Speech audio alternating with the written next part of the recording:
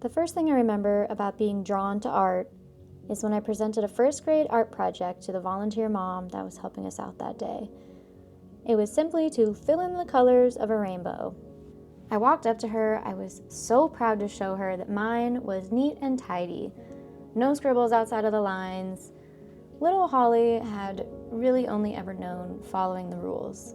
And that's when she told me, "You don't have to color within the lines for it to be beautiful." And obviously that stayed with me, so shout out to Tate's mom. Today is the first day it snowed this season, so it being gloomy and wet outside, I thought I had a good chance to go through my old sketches and share them with the internet. So welcome to my sketch tour. We're gonna see some silly things and I'll tell you about my creative journey.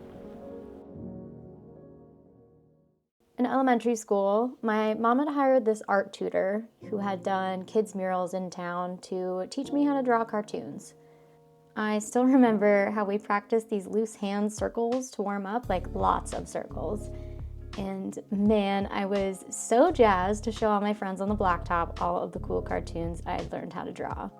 That was a very exact drawing practice where I learned how to replicate what I saw.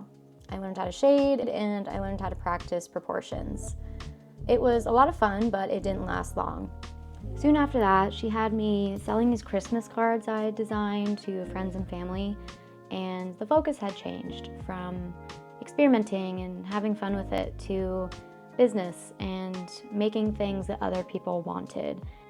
It wasn't until I was able to create freely with this very animated, very supportive 8th grade art teacher that I was encouraged to practice more often for the sake of having fun with it again.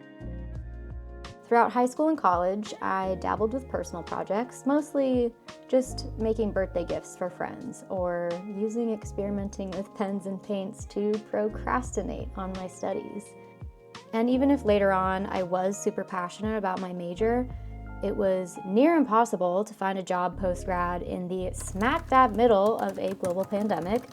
So I did what many of us did at the time. I found a soul-sucking corporate work-from-home position and decided to take on commissions on the side, aka monetize my hobbies. I actually can't believe I did that for a full 2 years, but once I'd had enough, I quit and I took the leap, and I have been prioritizing my art career ever since. It's been the biggest challenge, but ironically, art to me has returned to this quest for self-discovery and expression, and has evolved even to include fostering connection and a somewhat deeper understanding of all of this. I've really struggled with identifying as an artist. I've even rejected it for half of my life.